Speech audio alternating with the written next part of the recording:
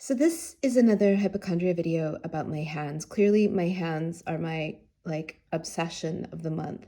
So I'm having this strange feeling sort of in here, like on the top of my hand, like when I do this kind of thing, it's really uncomfortable. It just feels like tight, like I've pulled a muscle, but why would I mean, I don't know, maybe because I was doing like a lot of handiography in the last week. And doesn't it just look weird?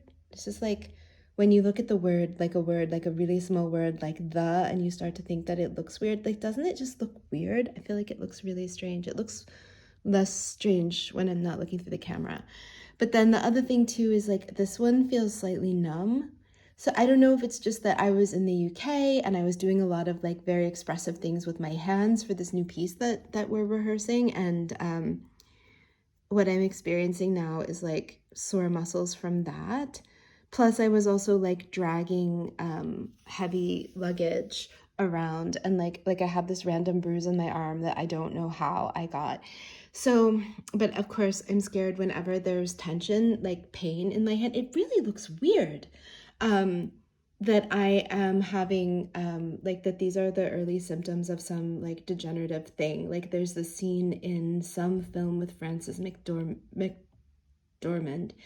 where she plays like a unionizing worker who ends up getting Lou Gehrig's disease, and it starts with stiffness in her hands. And since then, any stiffness in my hands just really, really freaks me out. This is a hypochondria video about random feelings in your hands, which are probably from too much voguing. Okay, so like, I think the reason also that I freak out about this so much, about these particular fears, is because I have this sort of idea that there is a kind of increased risk that comes along with how ironic it would be to have a particular disease based on what you do. So for example, Beethoven going deaf. The same thing happened to my grandmother, also musician, singer, had hearing loss.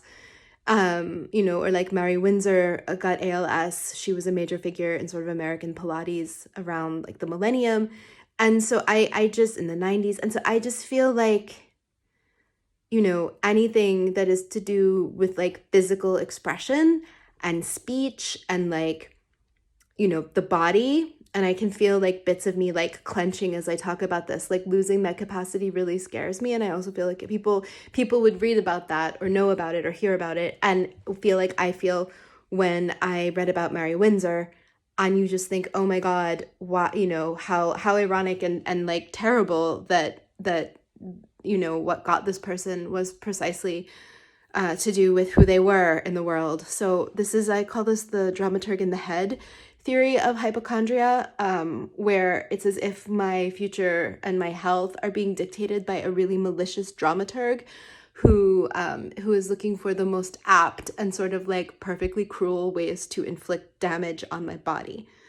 This is ridiculous, but it's also something I'm experiencing.